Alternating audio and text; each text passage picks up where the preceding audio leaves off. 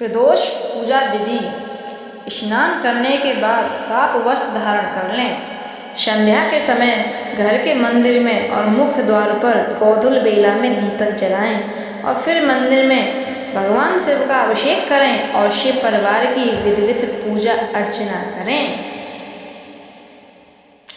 उत्तर पूर्व दिशा की ओर मुख करके भगवान शंकर का पूजन करें।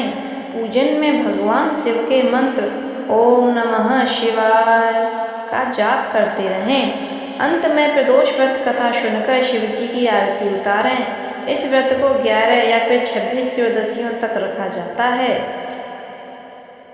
प्राचीन काल में एक गरीब पुजारी हुआ करता था। उस पुजारी की मृत्यु के बाद उसकी विधवा पत्नी अपने भरण पोषण के लिए पुत्र को साथ लेकर भीख मांगती हुई शाम तक घर वापस आती थी।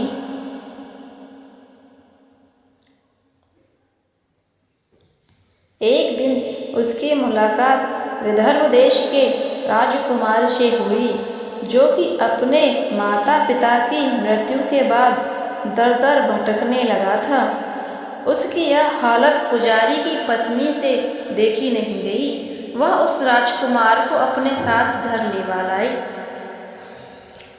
एक दिन पुजारी की पत्नी अपने साथ दोनों पुत्रों को सांडिल्य ऋषि के आश्रम में ले गईं। वहां उसने ऋषि से शिव जी के प्रदोष व्रत पूजा कथा एवं विधि सुनी तथा घर जाकर वह भी प्रदोष व्रत करने लगीं।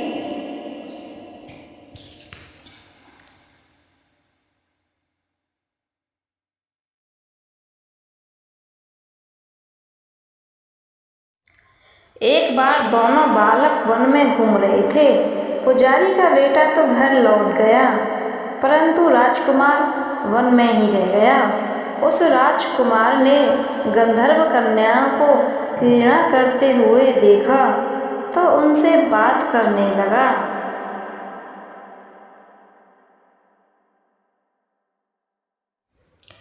उस कन्या का नाम अंशुमति था।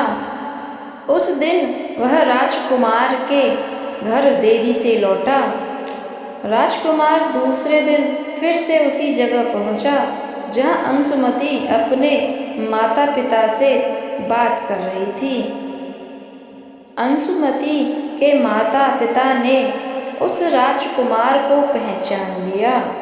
उसने कहा कि आप तो विदर्भ नगर के राजकुमार हो ना? आपका नाम धर्मगुप्त है।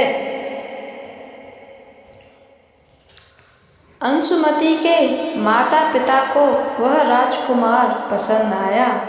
उन्होंने कहा कि शिवजी की कृपा से हम अपनी पुत्री का विवाह आपसे करना चाहते हैं। क्या आप इस विवाह के लिए तैयार हैं? राजकुमार ने अपनी स्वकीर्ति दे दी तो उन दोनों का विवाह संपन्न हुआ।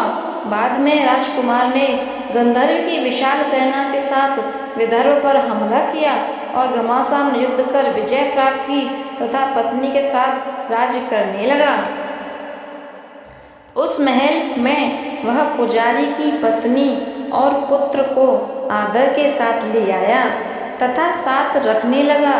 पुजारी की पत्नी तथा पुत्र के सभी दुख व दरिद्रता दूर हो गई और वे सुख से अपना जीवन व्यतीत करने लगे। एक दिन अंशुमति ने राजकुमार से इन सभी बातों के पीछे का कारण और रहस्य पूछा। तब राजकुमार ने अंशुमति को अपने जीवन की पूरी बात बताई और साथ ही प्रदोष व्रत का महत्व और व्रत से प्राप्त फल के बारे में बताया।